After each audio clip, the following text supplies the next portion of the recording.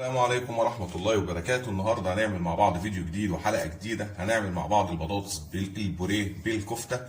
طبعا اللي عملنا قبل كده مع بعض الكفتة العريانة او الكفتة التركية بالجبنة الرومي. ان شاء الله هسيب لكم طريقة تتبيل الكفتة في رابط في صندوق الوصف. وهنبتدي معانا النهاردة دلوقتي نشوف اول خطوة معانا هنعملها ايه في الوصفة بتاعتنا النهاردة. طبعا الاول معانا الخضار بتاعنا متقطع شرايح زي كده، بصل وفلفل الوان، ومعانا بطاطس متقطعه شرايح زي كده ومسلوقه نص سلقه او مقليه نص قليه، ومعانا الكفته لحمه مفرومه متبله زي كده للكفته، ومعانا صوص احمر عباره عن معجون طماطم او صلصه طماطم اللي هي البرطمانات الجاهزه مع طماطمايه فريش او طماطمتين على حسب الكميه اللي هعملها، ومعايا ميه البصل بربع معلقه بابريكا عشان نصبع بيها الكفته مع سقطه زيت، ومعانا البرام اللي احنا هنعمل فيه الوصفه بتاعت النهارده. اول خطوه معانا هننزل الخضار بتاعنا في البرام زي كده،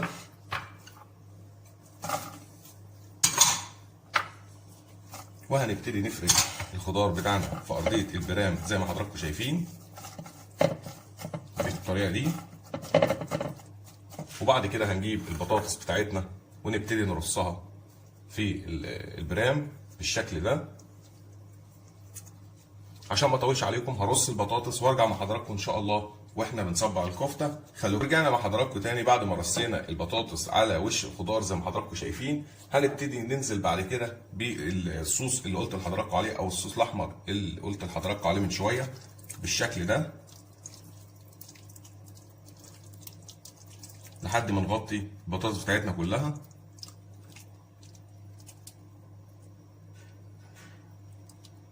وكده تقريبا البطاطس بتاعتنا اتغطت بالصوص بتاعنا. هنبتدي نحرك البرام بتاعنا بالشكل ده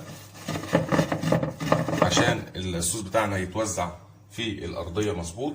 وهنبتدي دلوقتي نصبع الكفته مع بعض. طبعا اللي عنده سيخ كفته يا جماعه زي ده ممكن يصبع عليه، ما عندوش يصبع بايده عادي مفيش مشكله. الاول هندهن السيخ ب ميه البصل والبابريكا والزيت زي ما قلت لحضراتكم، وهنبتدي نجيب قطعه من اللحم المفروم وهندخلها في السيخ زي كده، وهنبتدي نصبع على السيخ زي ما حضراتكم شايفين بالشكل ده. وهنبتدي نقص وننزل الكفته بتاعتنا واحد جنب واحد كده، وهكذا نعمل الحركه دي لحد ما نخلص الكفته اللي معانا.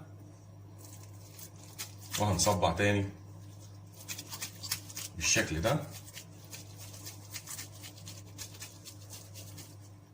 ونقص ونوزع الكفته بتاعتنا. عشان ما اطولش على حضراتكم هطلع ارص الكفته بتاعتي واصبعها وارصها في البرام وارجع معاكم تاني قبل ما ندخلها الفرن. اخر مرحله ان شاء الله معانا هنجيب بقى ميه البصل بالبابريكا دي اللي احنا عملناها قبل كده دي اللي احنا صبعنا منها، وهنبتدي ندهن الكفته بتاعتنا من على الوش كده بفرشه بسيطه كده، ندهن دهنه خفيفه خالص الكفته بتاعتنا قبل ما ندخلها للفرن بالشكل اللي حضراتكم شايفينه ده.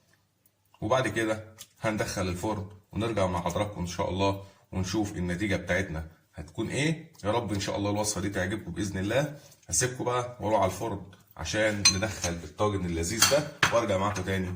خلينا مع حضراتكم بعد ما طلعنا البطاطس البوريه بالكفته من الفرن. هو ده الشكل النهائي بتاعتها يا جماعه، والكفته طبعا مستويه زي ما حضراتكم شايفين كده اهو، والبطاطس برده استوت. عشان كده احنا بنقول نديها نص سوا قبل ما تخش الفرن عشان تاخد السوا الكامل مع الكفته. اتمنى ان الفيديو بتاع النهارده يكون عجب حضراتكم، وان شاء الله دايما مع بعض في فيديوهات تانية جديد وافكار جديده. ان شاء الله اشوفكم الحلقه الجايه، والسلام عليكم ورحمه الله وبركاته.